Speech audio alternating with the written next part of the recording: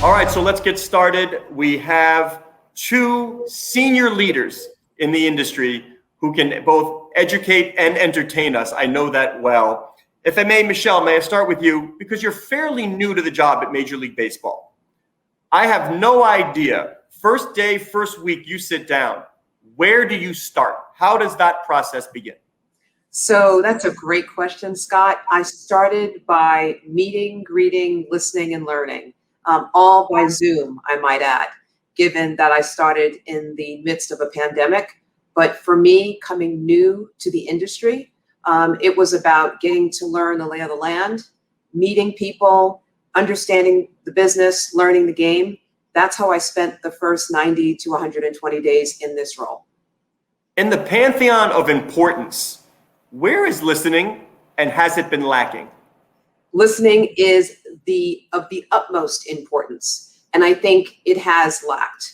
And I've seen this across every single industry I've worked in. Everyone is so quick to solution and so quick, to move, that we often don't take the time to hear and listen to the concerns of the people around us, the people that we're trying to support. So for me, it was really important to start this role by taking some time to actually listen and learn before I started to try to make recommendations and solution around how we can get better at all the things that we do related to our people.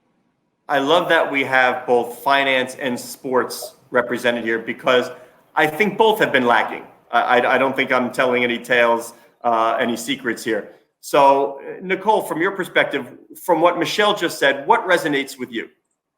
Listening. I could not agree more.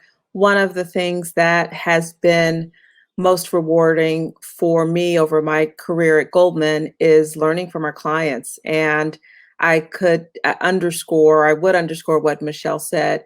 We can't be best equipped to offer advice and solutions without a really clear, active listening experience with our clients. Now, athletes and activism is certainly a hot topic now. Are athletes more willing to speak up now? Are the voices louder? Are the messages clearer, helping you both to do your jobs? Absolutely. I mean, I don't know, Nicole, how you feel about this one, but I will tell you, it's one of the things that drew me to this opportunity for the role that I'm currently in, right, as Chief People and Culture Officer. I remember when I was interviewing for this role, I was watching very carefully and I was listening to what was happening out there with player activism across sports generally, but in particular across Major League Baseball. And it was the voice of our players and their engagement that I thought was critically important. Their voices were being heard, they were being listened to, they were being engaged, they're still being engaged. And I think it is absolutely critical because we can only be our best selves if we listen to and support the folks who are on the field for us, every single day playing this game. So their activism, I think, has been critically important to our strategy. It's been critically important to us as we try to evolve our culture. And I think it will continue to be important to us as we ensure we remain relevant to all of our players, all of our communities, and all of our employees. So I'm really happy to have them as engaged as they are. You're so right, Michele. I think about our clients and the voice that they used over this past year. And across every professional sports league, without exception, we saw our clients who are active athletes, as well as those who are retired and those in leadership across organizations, really lean in. And it was a combination in my mind of them using their voices and leveraging the multitude of platforms that they have access to, but it was equally as important, their level of engagement. And so they were helping the country really see things from a different perspective, and they were listening. There are so many examples of how that exchange was an example that extended beyond sports to conversations in boardrooms and classrooms, in committee meetings, where there was a greater willingness to have an exchange of ideas and a dialogue in a way that we haven't in this country for a very long time. And so I am inspired by the bravery that many of our clients used. And I'm also excited and hopeful that their platform will continue to allow them to be the sort of leaders that help bring the country together in a lot of different ways. Can you please take me inside those boardroom conversations? At the baseball level, it's the commissioners and the owners. What are they seeing? What are they saying, rather? What are they listening to that perhaps they weren't hearing before? And Nicole, for you at Goldman Sachs, you go all the way to the top with David Solomon. What's his message? Is he receptive? When he's not DJing, does he take time to really listen and lean in to what the industry is saying? I'm happy to start. So absolutely, David has been, of course, focused on listening, but more importantly, given the culture of Goldman, he's been even more focused on action. What will be our role? How can we contribute to our communities and to the things that our clients really care about? And so when I reflect on the past year and the firm's journey, I am really proud of what we've accomplished. And that pride extends from the support that we put behind racial equity issues through our Racial Equity Fund, all the way through 1 million Black women, where we committed $10 billion to support 1 million Black women over the course of the next decade, and many, many things in between that you would see externally, but more importantly, we feel internally and our clients feel it. And so the conversations have been around how can we leverage our experience, our expertise to play an active role in this conversation. It's been Michele, fantastic. I'm sorry, I know you want to jump in, but Nicole, I don't want to just gloss over that. You say it so matter-of-factly as if everybody understands. $10 billion commitment, because what is the data shown?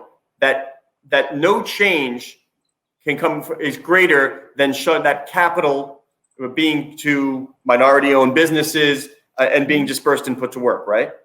Yes, and I think it is logic that we're all familiar with. And from where I sit, having been at Goldman more than 20 years, I remember the first research that we published, Womenomics is what it was called, and it was focused on these opportunity gaps or wealth gaps or earnings gaps.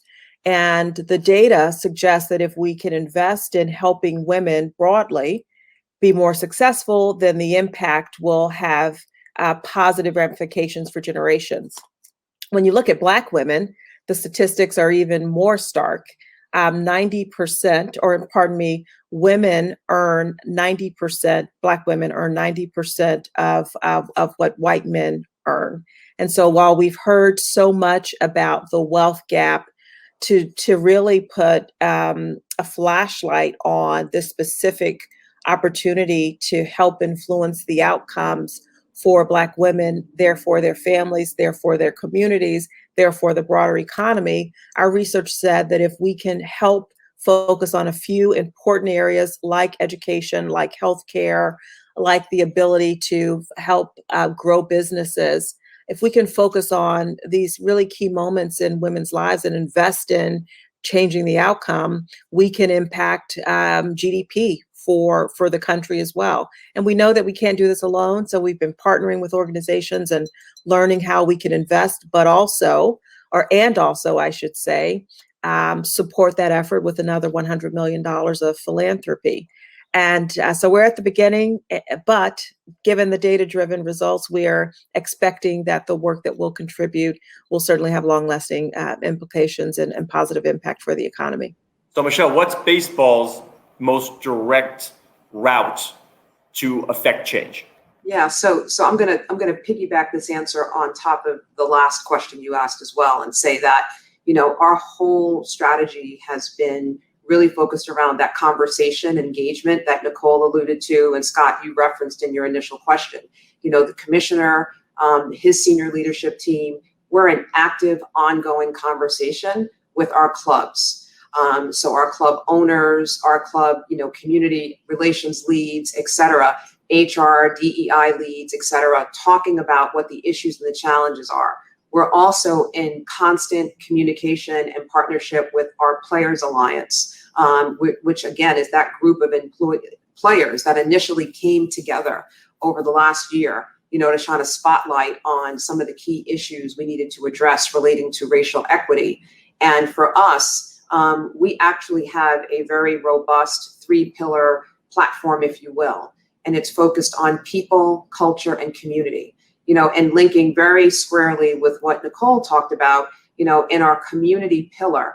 It's really important for us that we think strategically about how we support and commit to underserved communities. So an example would be our supplier diversity program. We have a very long-standing, highly regarded supplier diversity program wherein we try to make sure we connect women, minority-owned, and other underrepresented small business owners to business with baseball, all across our clubs. And we have ongoing programming, for those small businesses all throughout the year. We don't do it once a year, twice a year, it's constant.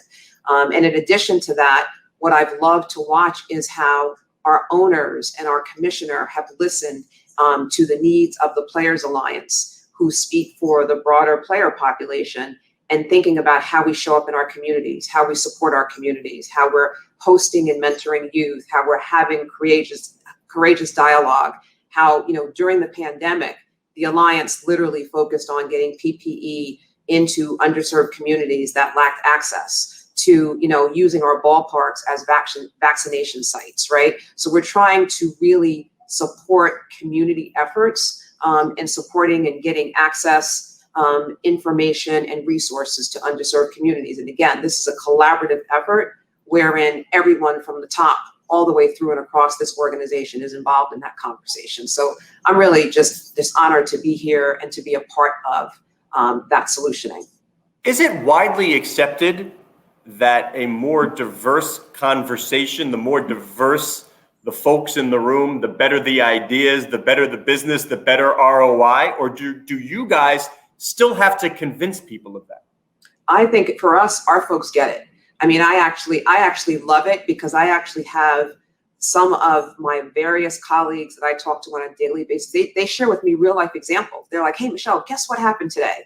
I brought a group together to talk about X. And because of the diverse viewpoints in that room, we realized that we were missing, A, B, and C, and we did this. I mean, folks are excited about the power of diversity. I think they're starting to recognize that, it really does help drive better innovative outcomes and solutions. So, I mean, everyone's all in, and I'm really excited about what that means for our ability to be successful as we move forward. Yeah, Nicole, how's the ROI measured at Goldman Sachs? Our clients demand it. Our clients every day decide if we'll be given the privilege to serve them. And that's ultimately the result that helps us understand whether we're getting it right or not. I think that Michele mentioned some really important things that their organization is doing. And I think that, even things like the idea of using stadiums, that turned, I think, the conversation for many people in terms of how to get beyond the pandemic, just as an example. And I imagine that those sort of decisions are happening because there's a group that is diverse weighing in and having perspective on those sort of topics. That's happening at Goldman. Our clients are seeing results from diverse groups, and they're expecting that to continue and expecting to benefit from more and more diverse perspectives, just given our global footprint. What hurdles were placed in front of each of you? You've obviously achieved a certain status in the industry. What hurdles were there in front of you? Michelle's probably seen this cartoon skit, but it's one of my favorites, and it's a graphic that shows two people starting at the starting line, and the finish line is just on the horizon, and that's obviously the same distance, and the white male has a clear path to getting to that finish line. And there's a Black woman who he's competing with, and there are barbed wires and there are potholes and there are animals in the street. And I think the point that's being made is that although there is a clear path, or there is a path to a shared destination, oftentimes the path that people have to overcome to get there varies significantly. And in an industry like financial services, where the representation of Black women is very low, we're getting better, but I think everyone would acknowledge that we've got a lot of work to do. The obstacles have been significant, and just in terms of representation. And I feel very fortunate to be in an organization where I've had strong mentors and strong leaders who really appreciate the value of bringing talent along. But that's certainly not the case for many people. And if it were the case, boardrooms would look a lot different than they do today. So there have certainly been obstacles along the way. I'm fortunate to be the first Black partner in my division, and I take that opportunity and privilege to help reduce the number of obstacles standing in the paths of others. This is a very simple question, but you just said you're the first Black partner in your division. Under the "there are no dumb questions," what took so long? It's hard for me to fathom that you're the first. I mean, I'm also the third child, and I say to my sisters that my parents needed to make a couple of mistakes before they got to me. Fourth, I say the same thing. So I don't know. That's the best answer I got for you, Scott. Maybe it applies professionally as well. And it's funny, if I can jump in on this too, Scott, on that question of obstacles, I think very much like Nicole said, when I think about, I was thinking about this question, and I'm just blessed that, like Nicole, I've had great mentors, and I've been provided with great access to opportunities. So I think the obstacles that I've confronted have actually been more of self-imposed obstacles. I think because, Nicole, I'm curious if you've had this experience, coming up in my career in different industries. I worked in financial services, professional services, legal services, and now sports. Often being the only one, the only woman, the only person of color, or the only woman and person of color in a room can be a little intimidating. So I think at times through my career, certainly not now, because now I view my difference as a superpower.